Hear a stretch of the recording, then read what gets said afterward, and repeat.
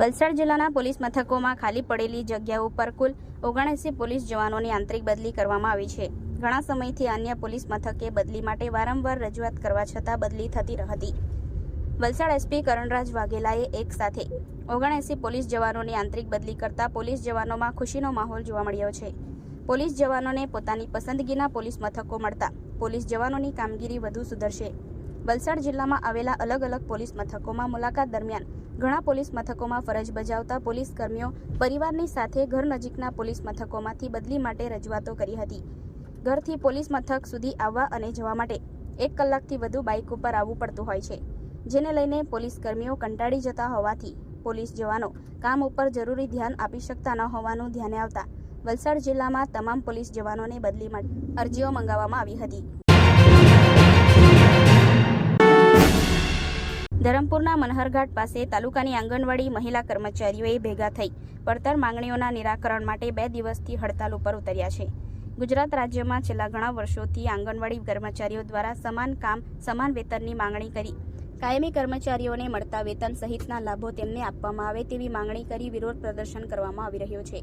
આંગણવાડી કર્મચારીઓનો પ્રશ્ન કોર્ટમાં જતા તેના ચુકાદામાં આંગણવાડી કર્મચારીઓની માંગણીઓને સમર્થન આપવામાં આવ્યું હતું, છતાં પણ રાજ્ય સરકાર દ્વારા આંગણવાડી કર્મચારીઓના પ્રશ્નોનું નિરાકરણ કરવામાં આવ્યું નથી, જેને લઈ આક્ષેપ આંગણવાડી કર્મચારીઓ કરી રહ્યા છે.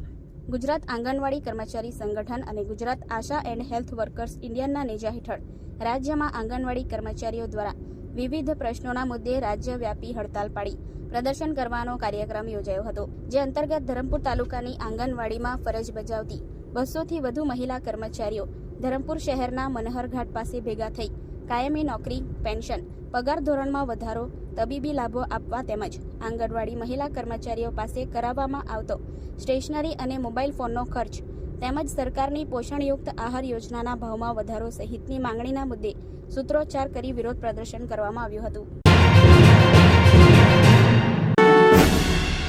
મંગળવારે મહારાષ્ટ્રના પાલઘર જિલ્લામાં મનોર નજીકની વેતરના નદીની ખાડીમાં માછીમારી કરવા ગયેલ 32 વર્ષના યુવક પર માદા શાર્ક દ્વારા હુમલો કરવામાં આવ્યો હતો.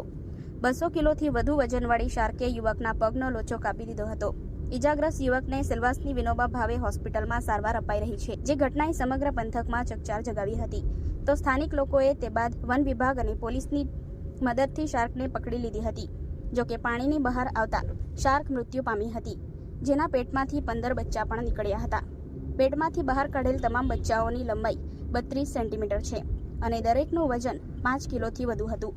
તમામ મૃત હતા, જેની વન વિભાગ દ્વારા વિડીયોગ્રાફી કરી દફન વિધિ કરવામાં આવી છે અને તેના મૃત્યુનું કારણ જાણવા વધુ તપાસ હાથ ધરવામાં આવી છે. શાર્ક અંગે મરીન લાઈફના ભૂષણ ભોઈરે આપેલ વિગત મુજબ આ પ્રજાતિની શાર્ક ખારા અને મીઠા બંને પાણીમાં જીવી શકે છે. નજીકમાં દરિયાની ખાડી હોય તેમાંથી વેતરના નદીની ખાડીમાં તે ભરતી સમયે આવી ચડી હશે. સામાન્ય રીતે શાર્ક હંમેશા નર અને માદા સાથે જ હોય છે, જેથી આ વિસ્તારમાં માછીમારી કરવા જતા લોકોએ સાવચેતી રાખવી જરૂરી છે. પારનેરા ડુંગરની આસપાસના અલગ અલગ વિસ્તારોમાં છેલ્લા 4 માસથી વન્ય પ્રાણી દીપડો જોવા મળી રહ્યો છે. પારનેરા અને આજુબાજુના ગામડાઓમાં પશુપાલકના પશુઓ ઉપર હુમલો કરી પશુઓનું મારણ પણ કરતો રહે છે. પારનેરા ડુંગર ઉપર આવેલ વન વિસ્તારમાં ઘણા સમયથી દીપડો વસાવટ કરી રહ્યો છે. રાત્રિના સમયે શિકાર અને પાણીની શોધમાં દીપડો ગામડાઓમાં પસાર થઈ રહ્યો હોવાનું સ્થાનિક લોકો અને રાહદારીઓએ ઘણી વખત જોયો પણ છે. વન વિભાગની ટીમને આ ઘટનાની જાણ સ્થાનિક લોકો અને અગ્રણીઓએ કરી હતી, જેથી વન વિભાગની ટીમ દ્વારા સ્થળ નિરીક્ષણ કરીને આજુબાજુના વિસ્તારમાં દીપડાનું રેસ્ક્યુ કરવા પાંજરું ગોઠવવામાં આવ્યું છે, પરંતુ દીપડો હજુ સુધી પાંજરે પુરાયો નથી.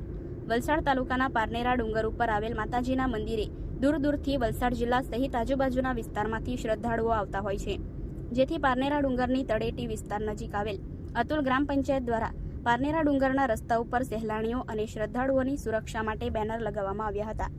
પારનેરા ડુંગર ઉપર દીપડો જોવા મળ્યો છે, જેથી માતાજીના દર્શને આવતા શ્રદ્ધાળુઓ અને આજુબાજુના વિસ્તારના ગ્રામજનોએ તકેદારી રાખવા અતુલ ગ્રામ પંચાયત દ્વારા વિનંતી કરવામાં આવી હતી. બેનર લગાવ્યા હોવાની જાણ વન વિભાગને થતા વન વિભાગે અતુલ ગ્રામ પંચાયતને તાત્કાલિક અસરથી બેનર દૂર કરવા સૂચના આપી હતી.